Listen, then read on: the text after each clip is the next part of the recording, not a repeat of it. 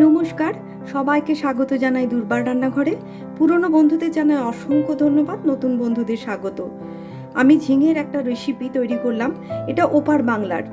যদি আপনাদের ভালো লেগে থাকে এই রেসিপিটা, তাহলে লাইক, কমেন্ট ও শেয়ার করবেন। নতুন নতুন নোটিফিকেশনের জন্য অতি অবশ্যই সাবস্ক্রাইব করবেন এবং অতি অবশ্যই বানাবেন। সবাই ভালো থাকবেন, সুস্থ থাকবেন, ধন্যবাদ। গ্যাস অন করে দিলাম, দিয়ে কড়াই বসিয়ে দিয়েছি। এখানে দিলাম তেল গরম হয়ে গেছে। এবার এর মধ্যে আমি এই ঝিঙেগুলো বড় বড় করে কেটে নিয়েছি, দেখুন, এগুলো ছেড়ে দেব।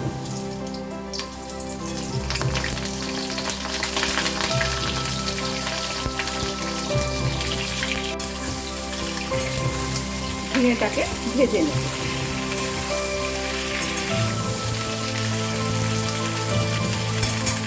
এর মধ্যে আমি একটু নুন দিয়ে দিলাম।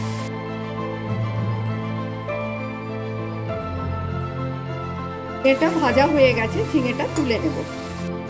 এর মধ্যে দিয়ে দিলাম কালো জিরে আর দিয়ে দিলাম 4-5টা কাঁচা লঙ্কা চিড়ে নিয়ে।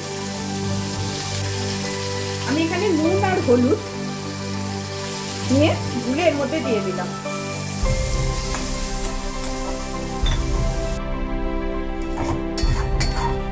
আমি খুব পুরনো দিনের রান্না ভালোবাসি, খুঁজে খুঁজে বের করে সেগুলো করি। এই রান্নাটা আমাদের এদেশের নয়, এটা বাংলাদেশের রেসিপি, একদম বাংলাদেশের একটা অতি পুরনো রেসিপি।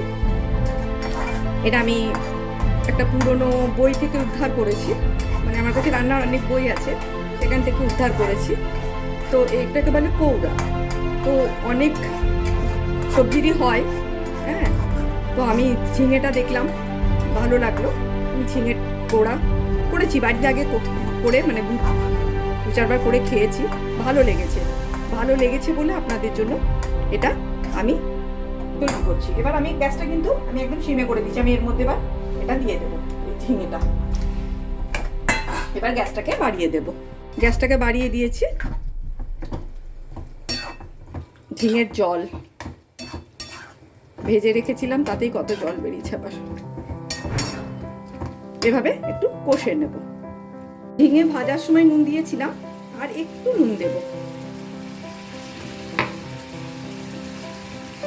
এবার এর মধ্যে দিয়ে দেবো একটু কুসুম গরম জল, হালকা গরম জল দিয়ে দেব। ব্যাস, এটা একটু সেদ্ধ হোক।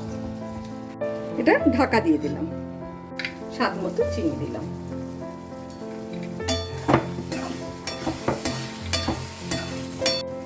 আর দিলাম 1 চামচের একটু বেশি সর্ষে বাটা, 1.5 চামচ মতো সর্ষে বাটা। আমি কালো সর্ষে আর সাদা সর্ষে মিক্স করে নিয়েছি।